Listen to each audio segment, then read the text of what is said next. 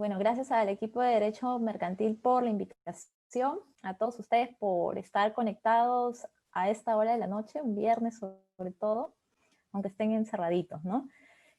Bueno, así como comentaba el panelista, hoy yo les voy a hablar de las respuestas que ha dado el derecho de la competencia a la crisis que ha generado el COVID-19, ¿no?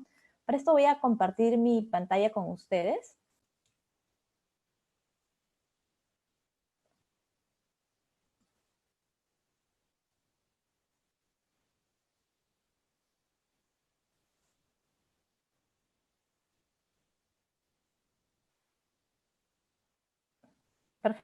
Perfecto, ¿ya la están viendo?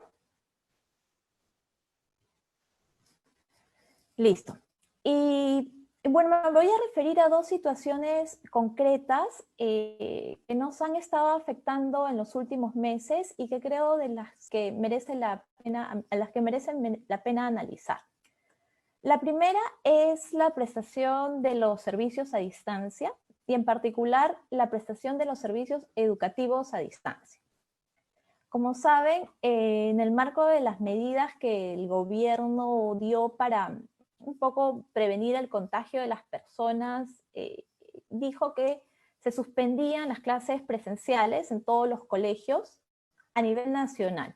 Primero lo dijo en marzo y dijo no hay clases hasta abril, después en abril dijo no hay clases hasta mayo y recientemente lo último que nos dijo fue que las clases están suspendidas de forma indefinida hasta que el Ministerio de Salud considere que los chicos pueden regresar a las aulas sin poner en riesgo su salud. Entonces, al día de hoy tenemos un escenario en el que las clases únicamente se pueden brindar de forma virtual, de forma remota.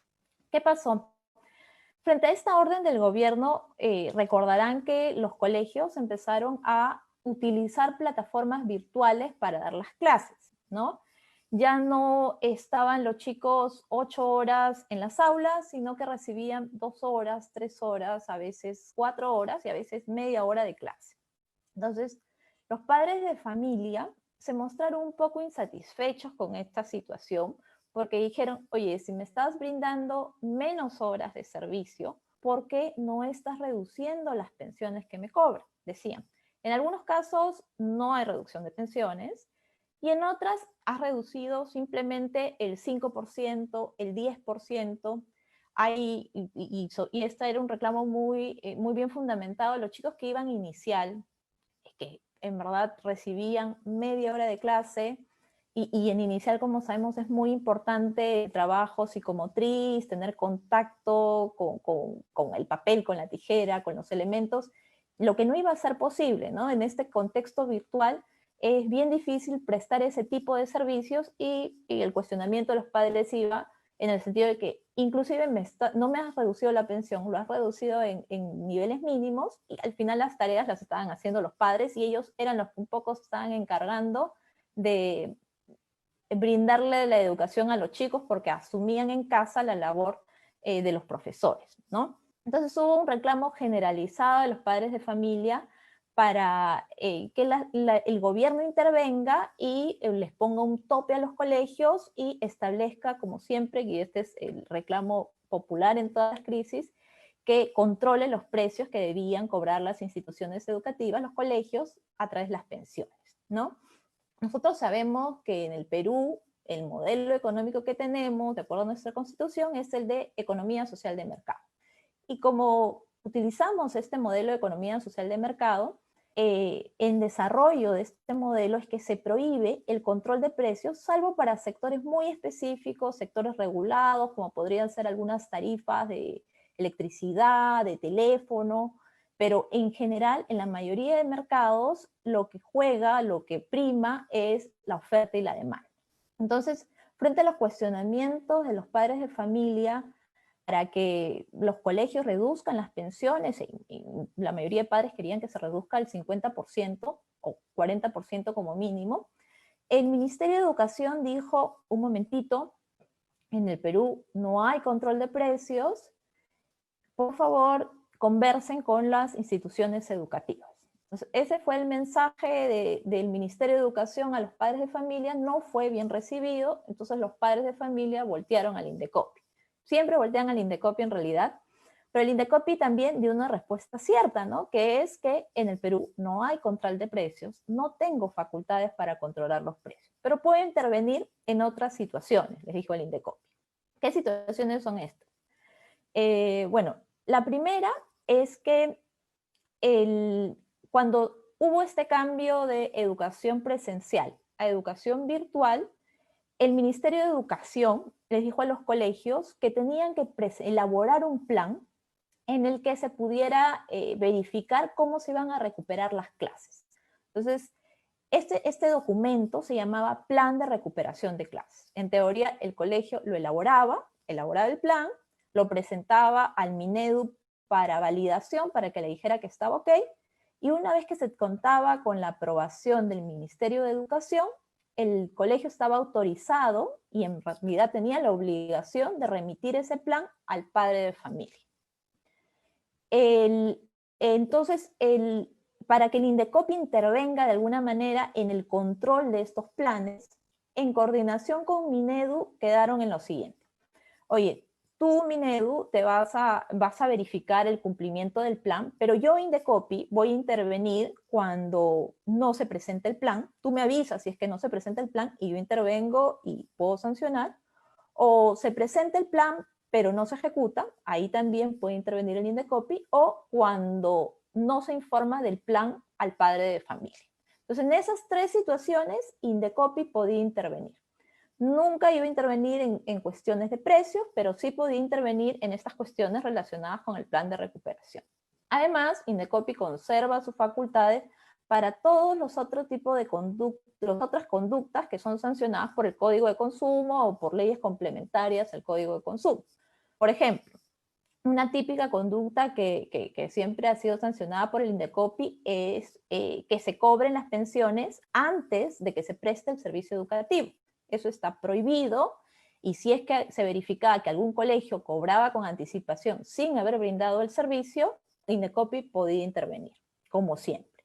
Otro típico supuesto en el que Indecopi intervenía es cuando el colegio redireccionaba las compras de los padres. Por ejemplo, padre de familia, tienes que comprarle el libro tal en esta editorial, o tienes que comprarle el colegio al estudiante en tal empresa de confección. Este tipo de direccionamiento de las compras están prohibidas por ley, y en estos casos Indecopi conserva su facultad para sancionar conductas que vayan en contra de estas normas. Otro tipo de infracción, cuando los colegios no permitían que los alumnos que no hubieran cancelado la pensión, cuyos padres no hubieran cancelado la pensión, no rindan exámenes. Eso está prohibido por ley, entonces ahí también podía intervenir el Indecopi. Y otro supuesto también que ha sido muy típico es cuando el colegio no permitía que estudiantes con pensiones en mora retrasadas asistieran a clases, ¿no? Si el estudiante está matriculado, tiene el derecho a tomar clases, así deba 1, 2, 3, 4, 5, así deba todo el año escolar. Si está matriculado, tiene el derecho a asistir a clases. En todos esos supuestos, Indecopi puede intervenir, iniciar un procedimiento sancionador y imponer una sanción, y de ser el caso, imponer una sanción al colegio. Y en materia de las pensiones, Indecopi fue muy claro y dijo, yo no controlo precios, solo puedo intervenir si es que hay algún tipo de incumplimiento del plan de recuperación, que es lo que les he venido comentando. Pero ¿qué pasó?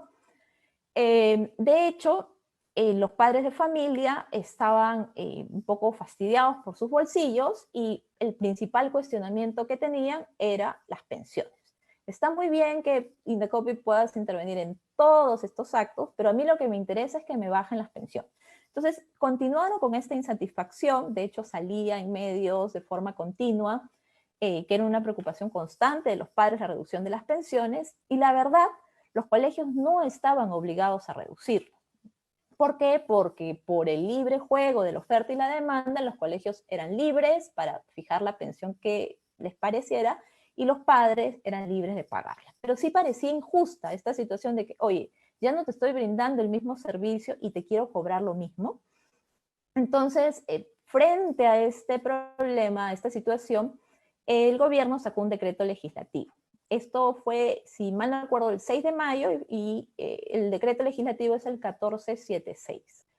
En buena cuenta, este decreto legislativo lo que quiere es que los colegios informen a los padres de familia de los servicios que brindan para que los padres de familia puedan decidir si sus hijos permanecen o no en la institución educativa. Precisamente, ¿qué se les debe informar? Creo que se les debe informar 3 puntos relevantes. El primero es si el colegio continúa brindando prestaciones en su etapa virtual que ya brindaba en su etapa presencial. Tiene que decirle, oye, sigo brindando estas prestaciones, estas otras no. Por ejemplo, si antes tenía un laboratorio de química y el estudiante ya no va a poder acceder al laboratorio, tengo que decirles, ya no vas a poder acceder al laboratorio. Ya no vas a poder hacer uso de la piscina, de repente ya no te voy a poder dar alimentos, hay instituciones que alimentan a los estudiantes, o el bus de transporte, tengo que avisar qué prestaciones te daba antes y qué prestaciones te doy ahora, ¿no? Primer punto, prestaciones. Segundo punto, y este ha sido uno de los puntos más cuestionados, es el que tiene que ver con la estructura de costos del colegio. De acuerdo al decreto legislativo 1476, los padres de familia tenían un plazo brevísimo de 7 días calendario para informar a los padres de familia, los colegios tenían este plazo para informar a los padres de familia de su estructura de costos. Costos fijos y costos variables, haciendo un comparativo de los costos en los que incurrían en situaciones normales y los costos en los que incurren al día de hoy que el servicio se brinda de forma presencial. Y como pueden ver en esos cuadros, el requerimiento de información sobre los costos era bien detallado. Se pedía información sobre la planilla, sobre las remuneraciones de los docentes, sobre la remuneración del personal administrativo, en gastos en materiales, cuánto gastabas en limpieza, en luz, en agua, en internet, en impuestos, si tenías licencias, si tenías algún tipo de seguro, si gastabas en publicidad, cuánto gastabas en impuesto a la renta, cuánto gastabas en alimentar a los estudiantes, cuánto gastabas en plataformas. Todo ese detalle tenía que estar en estos cuadros que se debían remitir a los padres de familia, para que los padres de familia pudieran hacer el comparativo de, oye, ¿cuánto pagaba yo antes y cuánto pago ahora? Porque probablemente antes habían más gastos en los servicios estos que se pueden prestar únicamente presencial, pero ahora también hay gastos en plataformas, de repente bibliotecas digitales, ¿no? Para de alguna manera compensar la no reducción o la reducción mínima de pensiones. Entonces, estaban obligados los colegios a remitir esta información a los padres de familia. Pero no era lo único que debían remitir. También, y aquí viene la parte más cuestionada del decreto legislativo 1476, tenían que, si el padre de familia les hacía el requerimiento, los colegios tenían que enviar sus estados financieros del mes anterior. Estamos hablando del balance general o del estado de pérdidas y ganancias, el informe de resultados. Cualquiera de estos estados financieros podían llegar al padre de familia simplemente con solicitar. No era obligación del colegio remitirlo, sino solo darlo en caso de solicitud previa. Obviamente, estos estados financieros tienen información confidencial, sensible del colegio. Y de hecho, hace algunos años, el Tribunal Constitucional tuvo oportunidad de ver un caso similar, que era sobre empresas que no estaban bajo la regulación de la Superintendencia de Mercado de Valores, que también debían transparentar sus costos y específicamente sus estados financieros. En esa oportunidad, hace algunos años, el Tribunal Constitucional dijo que difundir esta información atentaba contra el derecho a la reserva tributaria y el derecho a la privacidad económica de esas empresas. Entonces, es bien difícil que una disposición de este sentido pase un examen de constitucionalidad, ¿no? Entonces, pero lamentablemente está así en la norma, en el 1476, se exige que los colegios brinden esta información y al día de hoy, si es que algún padre lo solicita, los colegios tienen la obligación de remitirle la data. Además, por último, el colegio tenía, ya que había un poco sincerado sus costos y había transmitido esta información a los padres de familia, tenía la posibilidad de en esa comunicación hacerle una propuesta al padre de familia y decirle, mira, padre de familia, he visto mis costos, creo que te puedo reducir un poco más la pensión, o de repente puede decir, no te reduzco nada, no tengo ninguna propuesta y seguimos así. Pero esa era la oportunidad para que el colegio plantee su propuesta de modificación del contrato de servicios educativos. ¿Ok? Frente a esta comunicación que en teoría debieron recibir todos los padres de familia que tienen hijos en colegios privados el 12 de mayo como máximo, el padre de familia tenía varias opciones, ¿no? Él podía aceptar la propuesta si es que había una propuesta, y si es que no había, también podía rechazarla, ¿no? O si es que no recibía una propuesta, tenía la posibilidad de retirar al colegio a su hijo del colegio. Tenía la posibilidad de retirarlo para trasladarlo a cualquier otra institución educativa. Además, este traslado implicaba que, por supuesto, si se había abonado una cuota de ingreso al colegio, se había cumplido con el pago de la matrícula o se había pagado una pensión, todos estos conceptos sean devueltos de manera proporcional al tiempo de permanencia del alumno en el colegio, ¿no? Entonces, de esta manera, el el Poder Ejecutivo, a través de un decreto legislativo, permitió que los padres de familia accedan a esta información muy sensible, muy detallada, y digamos que le dio la oportunidad, entre comillas, la oportunidad al colegio para que presente una propuesta de renegociación de pensiones, ¿no? Pero ¿qué es lo que sucedió?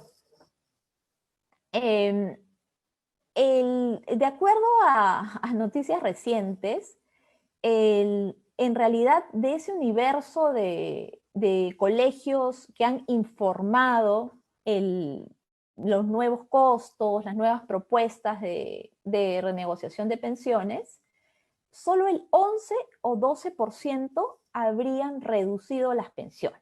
Como no era una obligación reducir las pensiones, sino que era una posibilidad, aparentemente la mayoría de colegios habría optado por continuar cobrando las mismas pensiones, probablemente justificando mantener las pensiones, en todo caso realizar una reducción mínima por la contratación de otro tipo de servicios, por la capacitación de los profesores, por la contratación de las plataformas.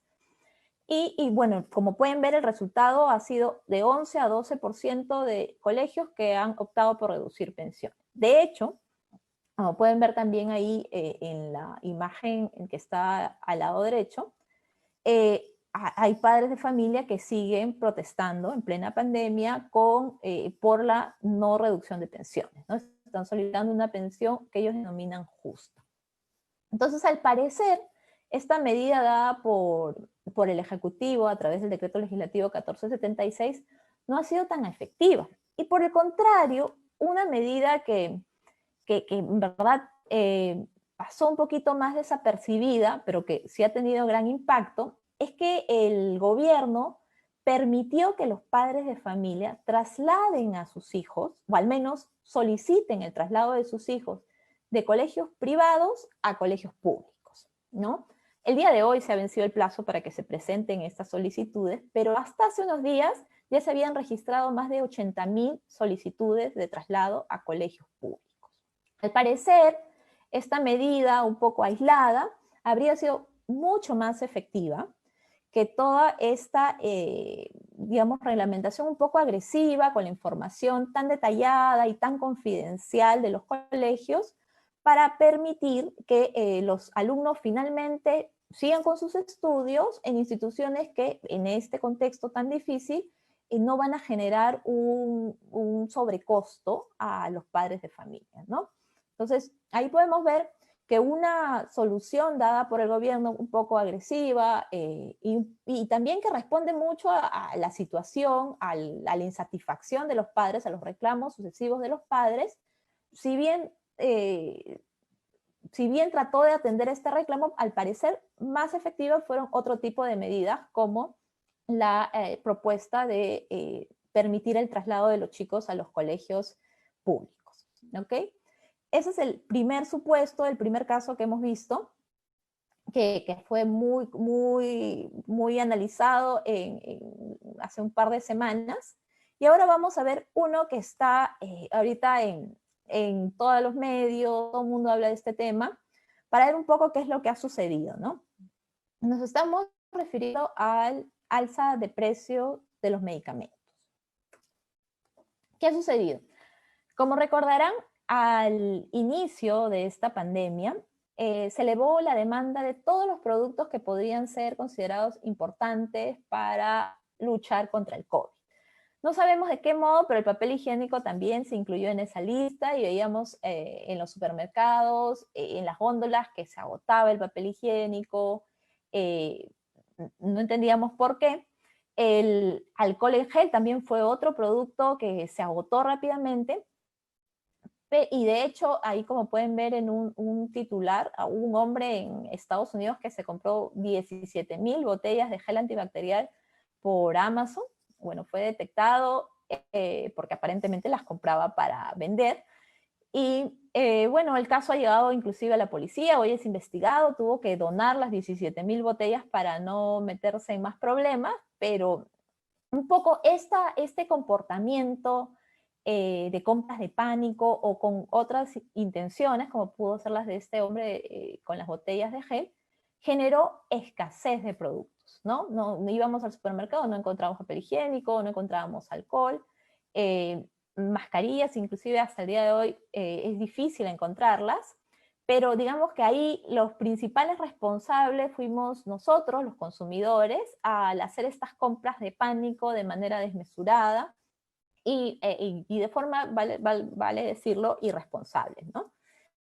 Lo mismo que ha pasado con estos productos pasa ahora con los medicamentos. Pero el tema es más grave con los medicamentos porque con los medicamentos, si hablamos de medicamentos, estamos hablando de la vida, de la salud de las personas, ¿no? Necesitamos medicamentos para luchar contra el coronavirus. Lamentablemente no es un tema que pueda esperar, no es un producto que tenga un sustituto a la mano, entonces es complicado que al día de hoy no encontremos medicamentos. Y acá también ha habido, es cierto, compras irresponsables, mal uso de recetas, pero también hay un tema de desabastecimiento a nivel mundial, ¿no? El precio o la demanda por medicamentos está en todo el mundo está tratando de luchar contra el virus, y de hecho nuestro propio Estado, el Ministerio de Salud, los hospitales, no tienen stock de medicamentos. Entonces, toda esa demanda inatendida de medicamentos del sector público se ha trasladado al sector privado. Entonces las boticas, las farmacias, ya no solo están atendiendo a los que eran sus clientes habituales, sino también a los clientes, a los consumidores que vienen del sector público con una demanda insatisfecha, no atendida. Como es evidente y es perfectamente comprensible, estos consumidores están pidiendo precios justos. ¿Por qué? Porque cuando van a las boticas y no encuentran los productos genéricos, el boticario, el dependiente, tiene la obligación, primero, de ofrecerle el producto genérico y segundo, ofrecerle un medicamento alternativo. Y alternativo podría ser un medicamento de marca que, como sabemos, es mucho más caro que un medicamento genérico, a veces 10 veces más, 20 veces más. Entonces, esto ha generado justos reclamos, justas preocupaciones de la población, quienes no pueden acceder a los medicamentos para tratar la enfermedad en sus familiares, ¿no? Entonces, la gente reclamó, viene reclamando, lo vemos en los medios todos los días, y frente a esto el Indecopi una vez más ha dicho, Indecopi no puede controlar precios. Lo reitero, Indecopi no tiene facultades para controlar precios, pero puede intervenir, dice Indecopi, si es que la botica, la farmacia no informa de manera veraz, oportuna, el precio de los medicamentos, si es que difunde publicidad engañosa, o por ahí si es que algunas boticas, algunas farmacias, algunos laboratorios se ponen de acuerdo, concertan precios, ahí puedo intervenir yo. Pero por favor, no me pidas que controle los precios porque no puedo. Entonces, frente a esto, el gobierno ha dado ciertas medidas que tratan de un poco paliar la crisis que existe por la escasez de medicamentos y el alza de los precios de los fármacos que sirven para combatir el COVID. Lo primero que hizo, y esto en verdad lo hizo desde el año 2019 y ahora lo ha potenciado, es aprobar un listado obligatorio de medicamentos genéricos que deben estar en todas las boticas y en todas las farmacias de todo el país. Este listado podía incluir hasta 40 medicamentos. Hasta hace unos días eran solo 31, pero acaban de incluirse, esto a raíz del COVID, 3 medicamentos que son indispensables para luchar contra el COVID. Entonces, en teoría, todas las farmacias deben estar abastecidas de esos 34 medicamentos hasta el día de hoy, genéricos, para ofrecerlos a la población en la lucha contra el COVID. Muy bonito ahí en la teoría, que se tenga este listado obligatorio de medicamentos genéricos en stock. El problema está en que la práctica, les dije que hay un supuesto de desabastecimiento. Ni el Estado tiene estos medicamentos, con el poder de compra que tiene el Estado, tampoco lo tienen los privados. Entonces, esta norma, si bien tiene muy buenas intenciones, lo más probable es que si fiscalice, no encuentre que las boticas o las farmacias tienen el stock de estos productos. Hasta que estas se abastezcan, va a ser difícil que ese listado obligatorio de medicamentos genéricos se cumpla. ¿Ya? Eso por un lado. Y ayer se emitió una norma, que es el Decreto de Urgencia 059-2020. Esta norma es bien importante porque está tratando de atacar la crisis generada por varias aristas.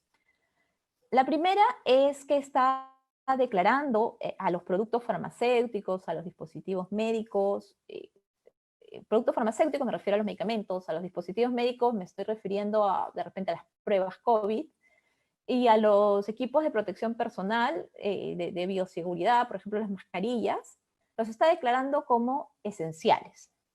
¿Esto qué quiere decir? Que van a tener un trato especial. Aquí se va a elaborar otro tipo de listado, un listado de bienes esenciales, y estos bienes esenciales van a tener un tratamiento especial. Que ahora se los explico.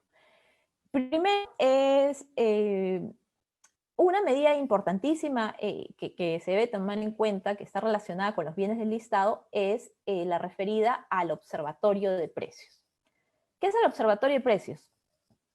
El observatorio de precios es una herramienta importantísima que de hecho está disponible para la población hace como 10 años, pero recién estamos tomando conocimiento del tema. Es una herramienta de la Dirección General de Medicamentos, Insumos y Drogas, de la DIGEMIT, en la que cada farmacia, cada botica, cada laboratorio debe registrar información de los productos que comercializa. Como pueden ver en esa imagen, la información que se consigna tiene que ver con si el establecimiento es público o privado, porque los hospitales también, o las farmacias de los hospitales también ingresan esta información al observatorio. Ponen el nombre del producto, de qué laboratorio proviene, de qué farmacia, de qué botica, y el precio unitario del medicamento. De hecho, el observatorio, como les comentaba, existe hace bastantes años. El problema es que, tal como estaba regulado anteriormente el observatorio de precios, la actualización de esta información se daba una vez al mes. La obligación de suministrar estos reportes era mensual. Si pueden ver en las fechas de actualización que aparecen en ese listado, vemos que hay actualizaciones del 18 de mayo, de hace unos días, información del 6 de mayo, ahí ya estamos yendo un poquito más atrás, del 24 de abril, del 20 de mayo, con lo cual la información que se registró en esas fechas puede no permanecer, no ser la misma al día de hoy, ¿no? La idea era que el consumidor revise este observatorio Por ejemplo, aquí yo puse el dato que puse, o la búsqueda, el criterio para la búsqueda fue acitromicina. Para acitromicina, como pueden ver, me han salido 1.431 registros. Me ha salido la información del establecimiento, en qué fecha se actualizó, la presentación del producto, el laboratorio, la farmacia y el precio unitario.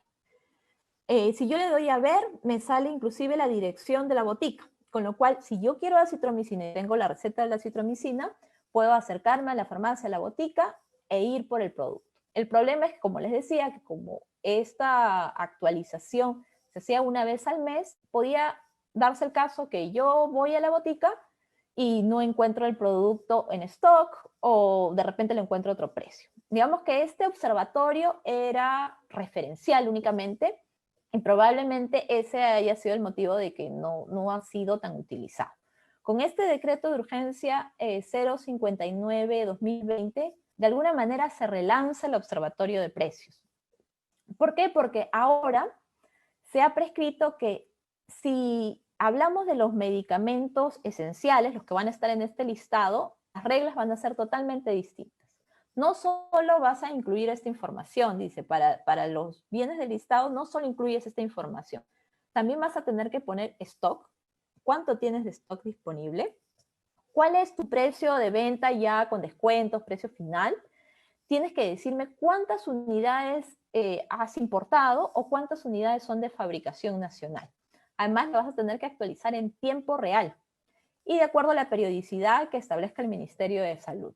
Con lo cual, ahora sí va a ser posible que el consumidor, que el paciente o que el familiar del paciente diagnosticado con COVID tenga esta información a la mano y no se la pase de farmacia en farmacia buscando la disponibilidad del medicamento, ¿no? Vas a tener la dirección. Además, puedes aplicar filtros para ordenar la información del precio más bajo al precio más alto. Puedes buscar la información por distrito, por laboratorio, por medicamento. En realidad, tiene filtros importantes que pueden ser útiles para el propio consumidor y que ayudan a centralizar la información.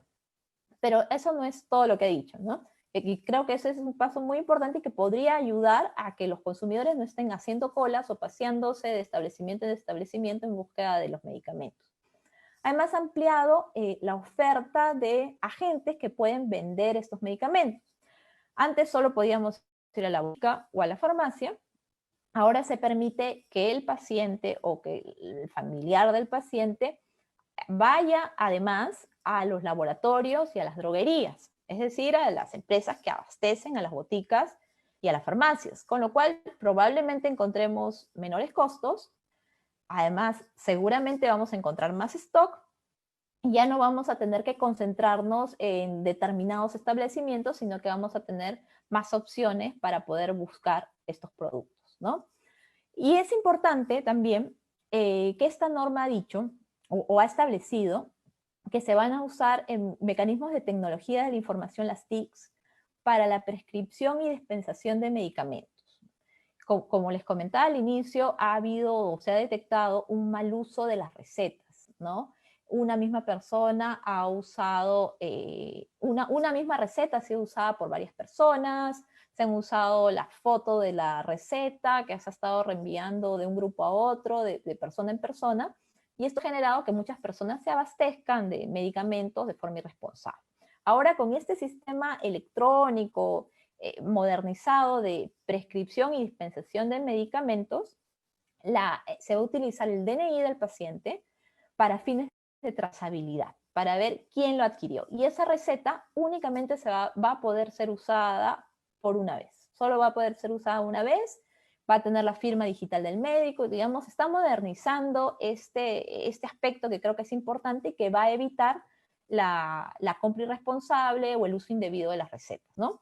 Y por último, se ha dado una facultad o un encargo súper especial al Indecopi. Aquí ha intervenido el Indecopi y digamos, por sugerencia o por solicitud del MINSA, el Indecopi va a participar en la supervisión de la aplicación de este decreto de urgencia 059-2020.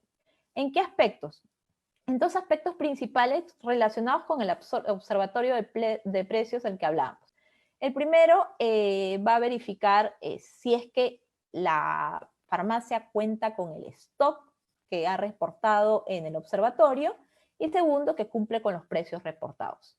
De hecho, ya habían normas para que el INDEC pueda sancionar si es que la farmacia no respeta el precio, pero con esto, digamos que va a tener como una herramienta adicional para el precio el observatorio, ¿no? Entonces compara lo que dice en el observatorio con lo que está vendiendo en la realidad del establecimiento, y si ve alguna inconsistencia, puede sancionar o puede, no, antes que sancionar, puede reportar este hecho al Ministerio de Salud para que el Ministerio de Salud tome las acciones que crea correspondientes, ¿no? Digamos que va a ser un poco ahí la labor compartida. De hecho, creo que la publicación de este decreto de urgencia es un paso importante. Hasta este momento, lo que creo que que quieren hacer las autoridades hasta este momento, o al menos por parte del gobierno, es evitar prácticas de control de precios, ¿no? Porque de alguna manera están tratando de que haya más oferta, están tratando de brindar más información a los consumidores, están tratando de que los bienes estén a disposición o los medicamentos estén a disposición de la población para evitar caer en medidas tan estrictas y que, como sabemos, no están permitidas en nuestro ordenamiento, que son las de control de precios. El tema está en que si bien este esfuerzo viene del Ejecutivo, ¿no? Hay otras autoridades, como en el Congreso de la República habrán escuchado que hay algunos proyectos de ley, inclusive hay propuestas de la Defensoría del Pueblo y de la Fiscalía de la Nación para sancionar prácticas de acaparamiento y prácticas de especulación, ¿no? Como sabemos, acaparar es sustraer bienes del comercio, ¿no? Para generar una sensación de escasez, retirarlos del comercio, comprar bastante, sacarlo del comercio para generar sensación de escasez y después distorsionar el precio. Eso es acaparamiento. Y especulación es vender bienes, comercializar bienes encima de un precio, digamos, un precio oficial establecido por una autoridad competente. Al día de hoy, el acaparamiento no está sancionado en nuestro país, se derogó en el año 2008. Y si bien el delito de especulación, porque son delitos, estamos hablando de tipos penales, no de infracciones administrativas, si bien el tipo penal correspondiente a la especulación está vigente, en la práctica es inaplicable, porque como sabemos, primero no tenemos control de precios, entonces no hay una autoridad que diga cuáles son los precios máximos, y tampoco tenemos esta autoridad, ¿no? Las propuestas legislativas que están discutiendo tratan de revivir el delito de acaparamiento y regular el delito de especulación para que efectivamente se sancionen este tipo de aprovechamientos. Y yo estoy de acuerdo con que se sancione el aprovechamiento de esta situación de necesidad de la gente. El tema está que los problemas que se pueden presentar al sancionar este tipo de prácticas está en establecer estos precios. Porque si ya vamos a establecer un precio de referencia para el acaparamiento o un precio máximo para la especulación, vamos a caer en un supuesto de control de precios. Como sabemos, el control de precios no ha dado muy buenos resultados en nuestra historia relativamente reciente, ¿no? No ha dado buenos resultados, ha dado resultados nefastos, genera desincentivos para que las empresas, de repente los laboratorios, importen, o las boticas o las farmacias comercialicen estos productos porque no van a tener los márgenes esperados, ¿no? Muy probablemente la autoridad ponga márgenes de ganancia reducidos. ¿Qué tipo de precio fijará? Entonces no van a tener incentivos para importarlos, no van a tener incentivos para comercializarlo, y finalmente quienes van a adquirir estos productos van a ser informales, ¿no? Si los informales adquieren estos productos y empiezan a comercializarlo, no lo van a hacer en locales a los que uno puede ir y reclamar, lo van a hacer a través de las redes sociales, lo van a hacer a través del WhatsApp, lo van a hacer en canales que son difíciles de detectar. No van a ofrecer ningún tipo de garantía, no van a garantizarnos que el producto ha sido adecuadamente almacenado, que no ha estado expuesto a contaminación, no van a garantizarnos que se respetaron los niveles de temperatura, de humedad, de iluminación que muchos medicamentos necesitan para su efectividad. No van a brindarnos ninguna de estas garantías los informales. Además, los van a vender finalmente al precio que ellos mejor crean, con lo cual la intención de que la gente acceda a precios justos no se va a cumplir, y los únicos que van a poder acceder a esos precios son personas con recursos, y tampoco van a ser sancionados, ¿no? Porque son supuestos difíciles de detectar. Entonces, esperemos, yo espero que ustedes también lo sientan así, que el decreto de urgencia 059-2020 funcione. Esperemos que sea así para que no se llegue o no se caiga en supuestos de regulación de precios, de establecimiento de precios máximos, porque creo que sí podría generarnos complicaciones. No puede generarnos problemas, si bien las intenciones son válidas y lo que se quiere es proteger al consumidor y que el consumidor finalmente, sobre todo el menos favorecido, acceda a medicamentos que le permitan tratar la enfermedad, al final ese tipo de medidas con perfectas buenas intenciones terminan perjudicando a esa persona que precisamente queríamos favorecer, ¿no? Eso es todo por mi lado, no sé si tienen alguna consulta.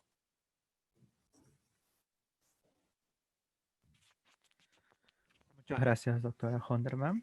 A ver, vamos a ver la lista de asistentes. Animamos a poder que nos lleguen sus consultas a través de acá el medio virtual. A ver, doctora, ¿me escucha? A ver, ha llegado una pregunta. Uno de los argumentos dados por las farmacias para el desabastecimiento de medicamentos genéricos fue el acaparamiento de muchos de esos, razón por la cual quedan a la venta los medicamentos de marca. De existir una posible concertación de precios entre las farmacias, ¿cómo se fiscalizaría esta práctica? Correcto. Los supuestos de concertación de precios están prohibidos en cualquier escenario. En escenarios normales y en escenarios de pandemia. De hecho, el Indecopi ya ha dado mensajes claros, comunicados en los que ha informado a la población que está fiscalizando, monitoreando el mercado de precios de medicamentos, ¿no?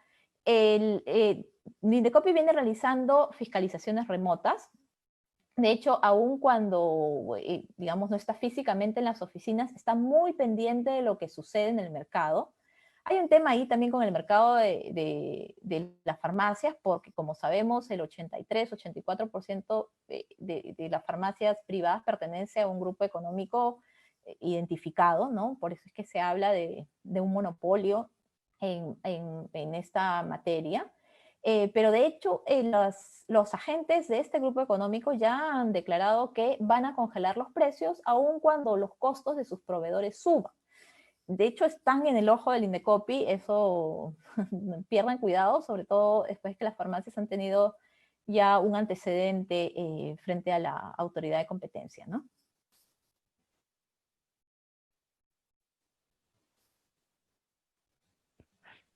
Muchas gracias, doctora. A ver.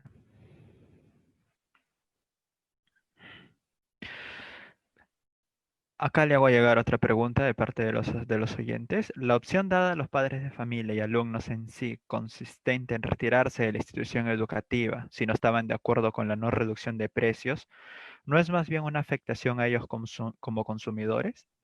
Teniendo en cuenta lo difícil que puede ser obtener una vacante en otro colegio y lo avanzado ya del año escolar.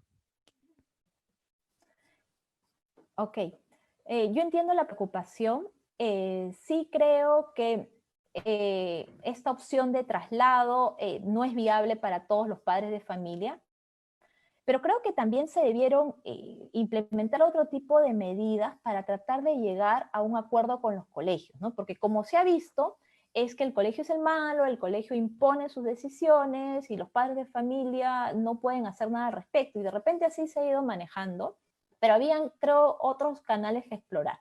Por ejemplo, si los padres de familia, que yo sé que es más difícil porque porque están dispersos, se hubiesen organizado a través de asociaciones para tratar de hablar cara a cara con el proveedor del servicio educativo, con el colegio, y de esta manera, de manera organizada, negociar con la institución, creo que su voz hubiese pesado un poquito más. Además, creo que así como hay un observatorio de precios en materia de medicamentos, podría funcionar un observatorio de servicios educativos, ¿no? Imagínense que nosotros tuviéramos a disposición toda la lista de colegios de Lima con todos los servicios que ofrece cada institución educativa. Por ejemplo, este me da las clases en inglés, este me ofrece el laboratorio de última generación, este me da clases con el método Montessori, con el sistema helicoidal. Si tuviéramos esa información centralizada, de repente sería más fácil para los padres de familia retirar al alumno del colegio privado a otro colegio privado que en el rango de precios en el que se encuentre o el que el padre esté dispuesto a pagar, podría satisfacer mejor su demanda de servicio educativo.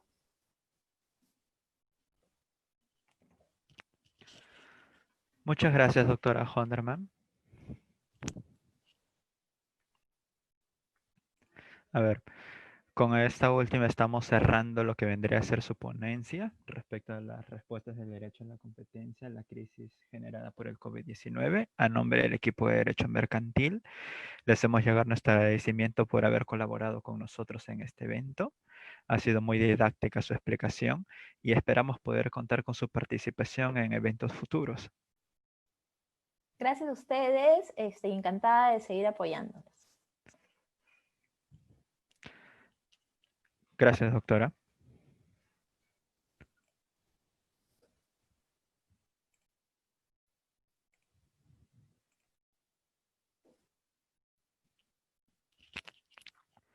Bueno, con la tercera ponencia ya presentada, estaremos llegando al final de lo que vendrá a ser la videoconferencia.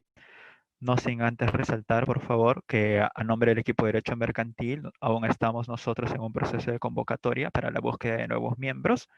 Si eres estudiante de periodo de la Facultad de Derecho de la PUC y estás interesado en profundizar en temas de índole mercantil, puedes presentar tu CV y tu consolidado de notas al correo que figura en la pantalla para la convocatoria 2021 con el propósito de ser miembro del equipo de Derecho Mercantil. Anímate, es un muy buen grupo de estudio.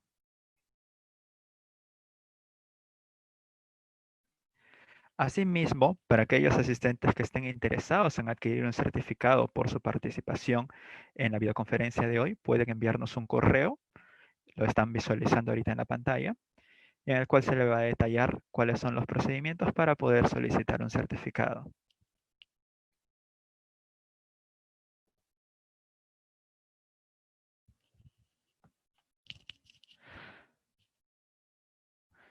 Bueno, con esto estaríamos llegando al final del evento. Muchas gracias por haber participado, a todos los asistentes, a los ponentes que también nos han brindado un análisis más profundo a raíz de la pandemia ocasionada por la propagación del COVID. Se ha tratado de dar una visión panorámica en lo que respecta a las áreas diversas sobre el derecho mercantil y esperamos poder contar con ustedes en un evento a futuro. Gracias con todos.